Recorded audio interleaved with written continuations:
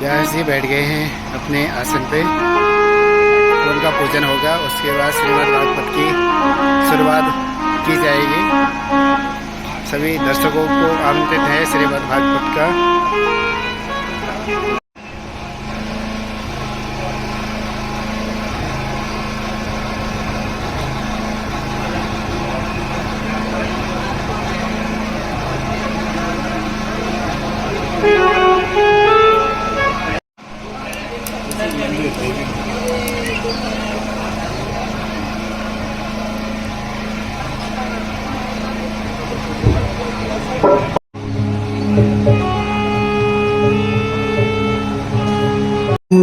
सुधार बरनहु रघुवर विमल जसु जो नायकी फरचा दीन तनु जानिके सुमिरो हरहु कलेश विकार। जय हनुमान ज्ञान गुण सागर जय कपीश तिहु लोक उजागर। राम दूत अतुलित बल धामा अंजलि पुत्र पवन सुत नाम महावीर विक्रम बजरंगी। नमः ओम सद्गुरुवे नमः।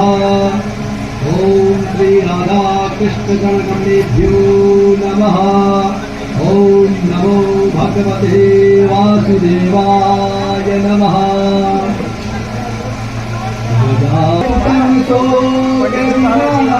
कारकं नमामि गणेश्वर पादपङ्कजं।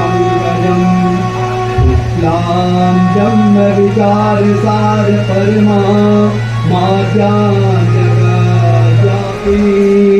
वीणा पूतकधारिणीं अभयरां जाड्यान्धकारां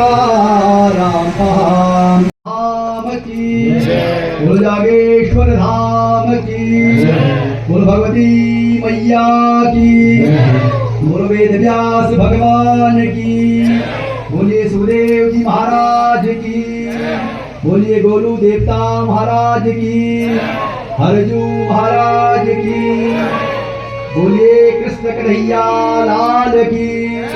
सब संतन की, सब भक्तन की, समस्त आवाहित देवताओं की, श्रीमद् भागवत महापुराण की जय जय श्री राधे। आइए भगवत नाम संकीर्तन करके अपने मन वाणी को पवित्र करते हैं। कृष्ण दामोदरम नाम नारायणं जानकी वल्लभं अच्युतं केशवम्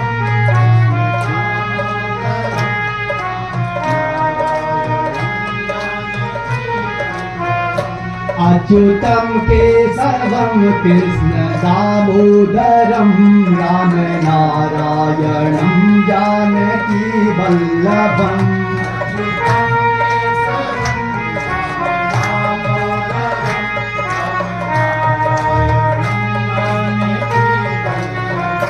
कौन कहते हैं भगवान आते नहीं। कौन कहते हैं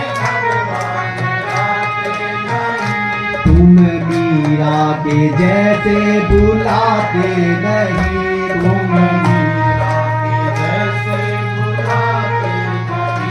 कौन कहते हैं भगवान आते नहीं। कौन कहते हैं भगवान आते नहीं।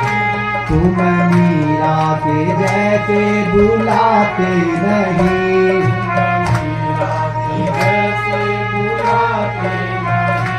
अच्युतं केशवं कृष्ण दामोदरं। अच्युतं केशवं कृष्ण दामोदरं राम नारायणं जानकी वल्लभं। राम नारायणं जानकी वल्लभं। कौन कहते हैं भगवान आते नहीं। कौन कहते हैं भगवान आते नहीं। कौन कहते हैं भगवान आते नहीं। कौन कहते हैं भगवान आते नहीं। गिर सबरी के जैसे गिराते नहीं, गिर सबरी के जैसे गिराते नहीं।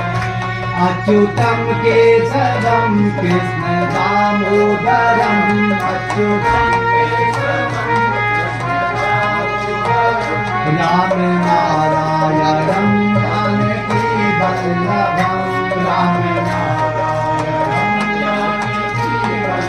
भागवत महापुराण तथा ज्ञान यज्ञ।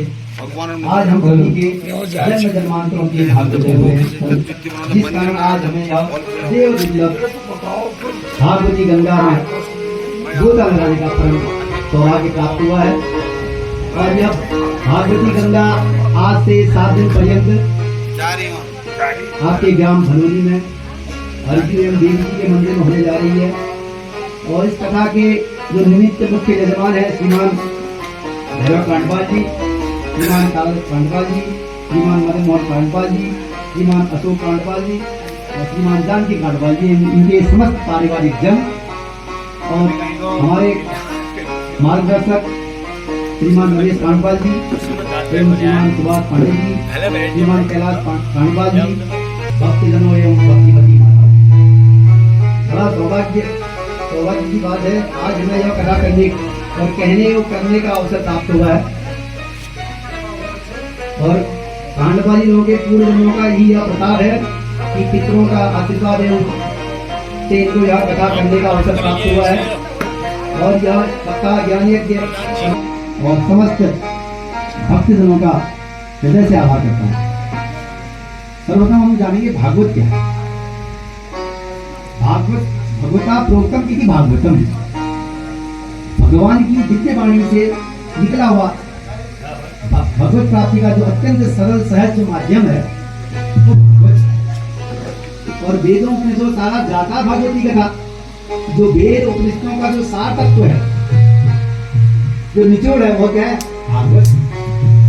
इसलिए भागवत को क्या है? सभी पुराणों का तिलक कहा गया है। श्रीमद् भागवत पुराण तिलकम और वैष्णव जनों का यह परम धन बताया गया। तो व्यास जी कहते हैं कि श्रीमद् भागवत को प्रत्यक्ष रूप से क्या है? जिसमें ठाकुर जी विराजमान। श्रीमद् भागवता क्योंकि यह प्रत्यक्ष प्रश्न ये वही। और भागवत क्या है? शोक दुख विनाशिनी, जीव के शोक दुख का शमन करने वाला है भागवत।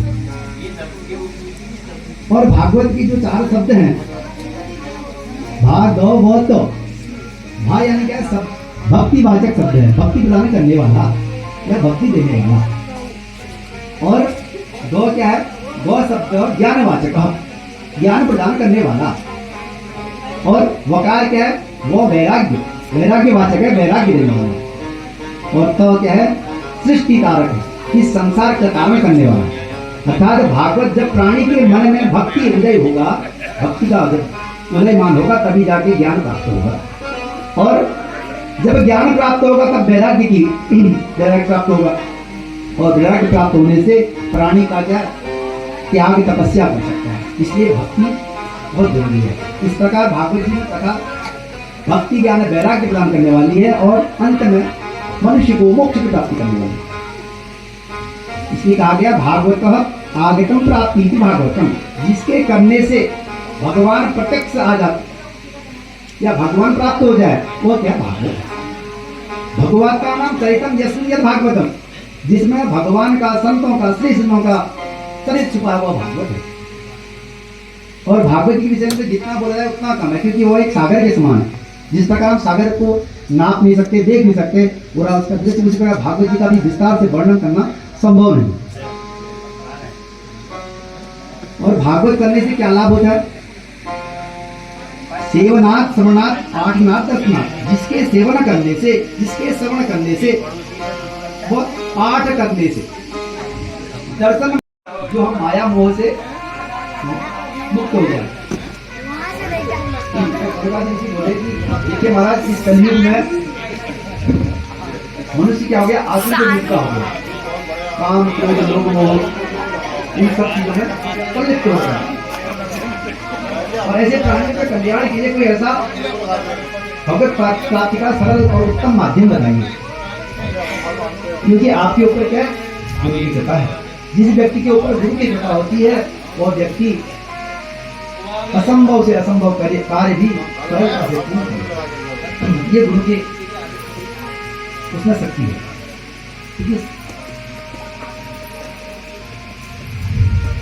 चिंतामणिर् लोक सुखम सुरद्रो स्वर्ग संपदम प्रयच्छति गुरु प्रीतो वैकुंठम योगी दुर्लभम। तब क्या है, अब स्वर्गाधीश जी कह रहे हैं सूर्य से कि सूर्य जी चिंतामणि का किसी व्यक्ति को मिल जाए तो चिंतामणि में यह खासियत है कि व्यक्ति जिस वस्तु का चिंतन करता है उसे वह वस्तु प्राप्त हो जाती है। और कल्पवृक्ष की क्या खासियत है?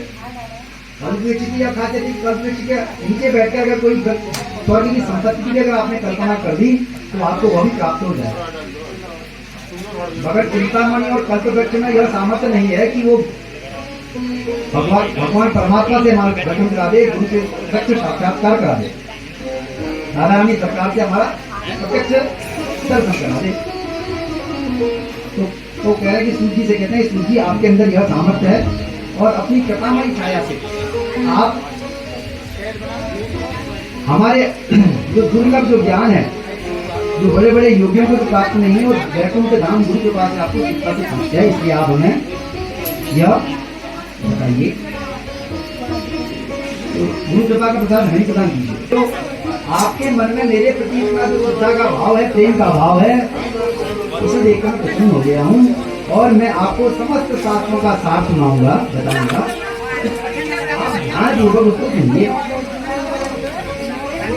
क्योंकि जो संसार में भय को दूर कर देगा और आप सावधान हो सुनिए।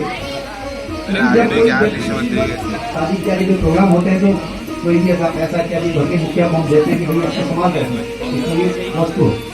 ऐसे ही जब विद्वान लोग जब किसी को कोई ज्ञान की बातें बताते हैं तो उनको पहले को सावधान कर देते हैं। तो संसार में क्या है, संसार और इसका नाम क्या है, मृत्यु लोग है। आया है तो जाएगा, राजा फकीर। इस संसार में जो आया है उसको जाना एकदम तय है, उसको कोई चाह कर भी नहीं रोक सकता। क्योंकि यह संसार क्या है, संस्कृति की संसार, यह संसार फटता हुआ एक